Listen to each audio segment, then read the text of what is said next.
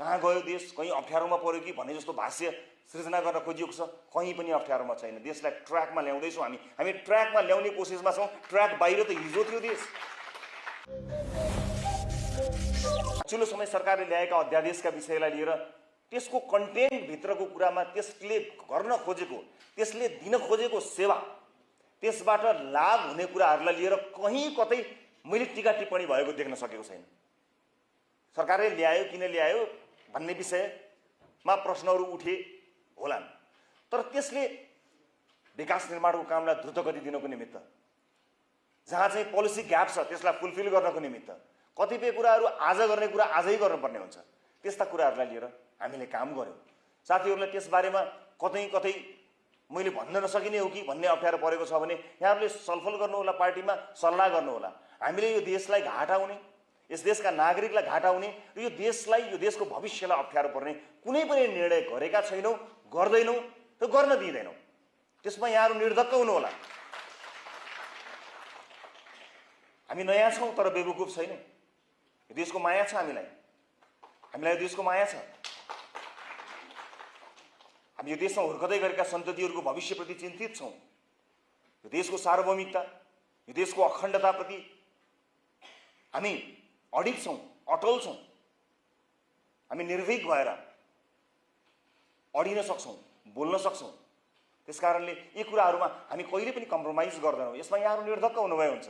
कति साथीहरूलाई लाग्न सक्छ, कयौँ पुराना राजनीतिज्ञहरूलाई, विश्लेषकहरूलाई लाग्न सक्छ कहाँ गयो देश, कहीँ अप्ठ्यारोमा पर्यो कि भन्ने जस्तो भाष्य सृजना गर्न खोजिएको छ। कहीँ पनि अप्ठ्यारोमा छैन। देशलाई ट्र्याकमा ल्याउँदैछौँ हामी ट्र्याकमा ल्याउने कोसिसमा छौँ। ट्र्याक बाहिर त हिजो थियो देश।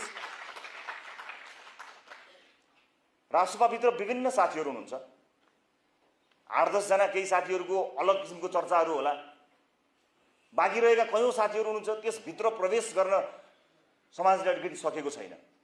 101 विज्ञ साथीहरू र क्षमतावान साथीहरू हुनुहुन्छ। हो, केही साथीहरूको सार्वजनिक वृत्तमा कहिलेकाहीँ चर्चा परिचर्चा भइरहन्छ। त्यो पनि एउटा समय आवश्यकता अनुसार चलिरहने कुरा हो, प्रक्रिया हो। हामी सङ्ख्यामा यति धेरै छौँ कि काहीँ न काहीँ कतै न कतै कसै न कसैको एउटा न एउटा विवाद भइ नै हाल्छ। त्यो भने सङ्ख्यामा हामी धेरै छौँ, स्वभावमा अलिकति धेरै सङ्ख्या छौँ, तर त्यसमा पनि साथीहरूले ध्यान दिनु पर्यो।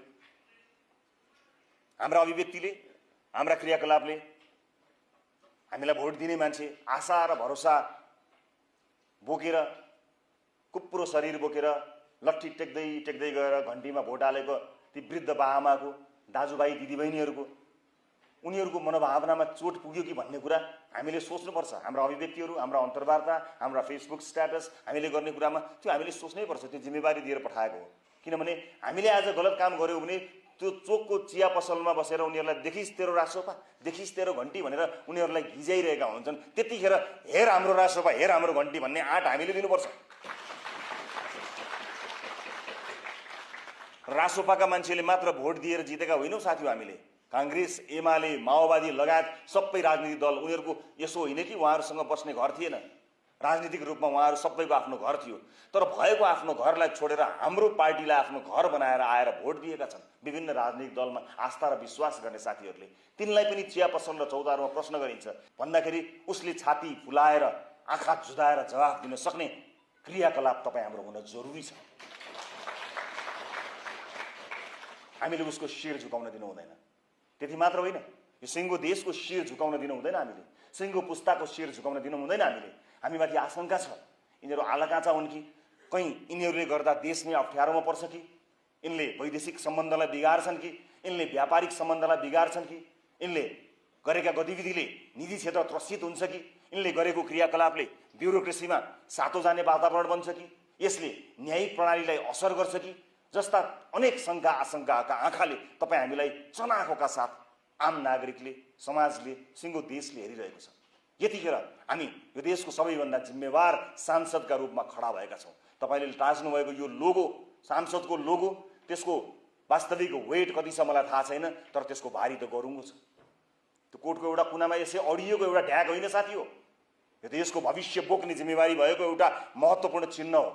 त्यो चिन्हलाई यहाँहरूले चिन्न सक्नुभयो भने मात्रै हामी इतिहास लेख्ने बाटोमा जान्छौँ, नत्र जीवनी त हामीले लेखिसकेका छौँ।